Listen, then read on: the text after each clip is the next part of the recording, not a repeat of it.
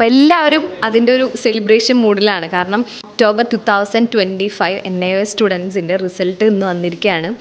ഇപ്പോൾ ഒരു കുട്ടി SSLC ചെയ്യണം, +2 ചെയ്യണം എന്ന് ആഗ്രഹിച്ചിട്ട് ഇങ്ങോട്ടേക്ക് വരുന്ന സമയത്ത് അവരാദ്യം കാണുന്നതും കേൾക്കുന്നതും നിങ്ങൾ കൗൺസിലേഴ്സിനെയാണ്.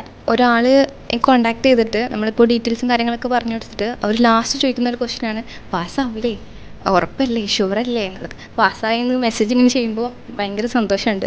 അപ്പോൾ നമുക്കും തന്നെ അതിലൊരു കോൺഫിഡൻസ് ആണ്.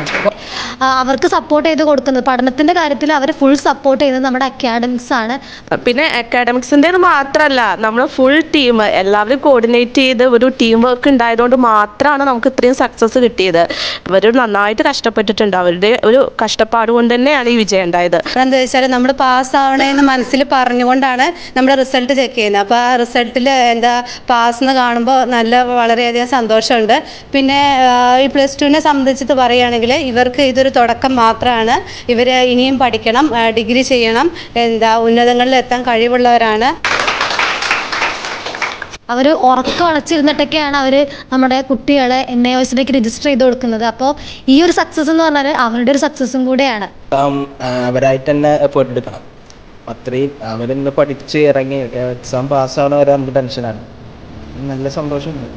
കഴിഞ്ഞ 6-7 മാസമായിട്ട് നമ്മളൊപ്പം വന്നത് എല്ലാവർക്കും, നമ്മൾ കണ്ടതും കേട്ടതും അല്ലെങ്കിൽ നമ്മൾ അറിഞ്ഞും നമ്മൾ അറിയാതൊക്കെ പഠിച്ചതും പഠിക്കാത്തതും എല്ലാവർക്കും ഈ വിജയം വന്നോ ഫ്രൂട്ട്ഫുൾ ആണോ അവർക്ക് എല്ലാവർക്കും ഈ ഒരു മധുരം എല്ലാവർക്കും തരികയാണ്.